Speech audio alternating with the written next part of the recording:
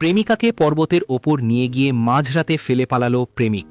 সেখানে হাড় হিম করা ঠান্ডার মাঝে জীবনের শেষ নিঃশ্বাস ত্যাগ করেন ওই নারী, যার একমাত্র ভরসা ছিল তার ভালোবাসার মানুষটি।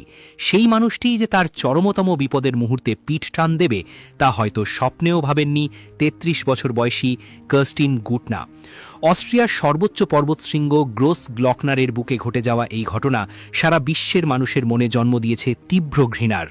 পর্বতারোহণের নেশা ছিল কার্স্টিন গুটনার এবং তার প্রেমিক ৩৬ বছর বয়সী থমাস প্লামবার্গারের।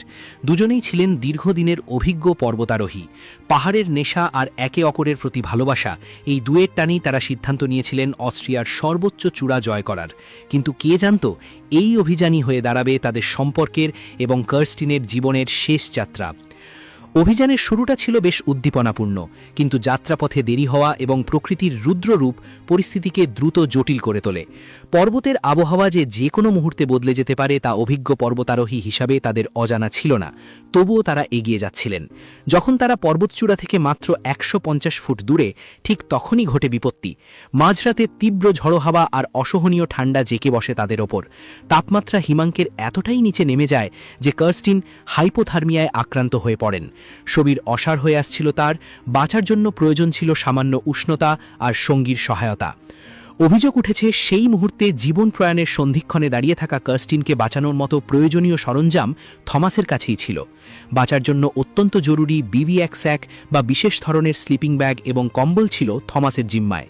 হাইপোথার্মিয়ায় আক্রান্ত প্রেমিকা যখন শীতে জমে যাচ্ছেন, তখন একজন প্রেমিকের বা অন্তত একজন সহপর্বতারোহীর নৈতিক দায়িত্ব ছিল নিজের সবটুকু দিয়ে সঙ্গীকে বাঁচানোর চেষ্টা করা।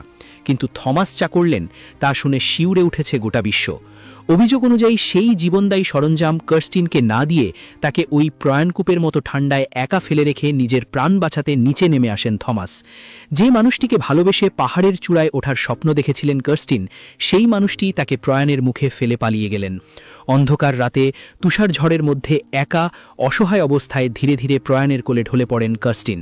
পরে যখন উদ্ধারকারী দল ঘটনাস্থলে পৌঁছায়, তখন আর কিছুই করার ছিল না। তারা কার্স্টিনের নিথর দেহটি উদ্ধার করেন। প্রকৃতির কোলে নয়, বরং মানুষের নিষ্ঠুরতার শিকার হয়েই যেন প্রাণ গেল তার। এই ঘটনা প্রকাশ্যে আসতেই অস্ট্রিয়া জুড়ে তোলপাড় শুরু হয়েছে। স্থানীয় পুলিশ এবং তদন্তকারী সংস্থাগুলো বিষয়টিকে নিছক দুর্ঘটনা হিসেবে দেখতে নারাজ। তারা ইতোমধ্যে থমাস প্লামবার্গারের বিরুদ্ধে তদন্ত শুরু করেছে এবং কঠোর আইনি ব্যবস্থা গ্রহণের প্রস্তুতি নিচ্ছে। কর্তৃপক্ষের মতে এটি একটি অপরাধমূলক কাজ।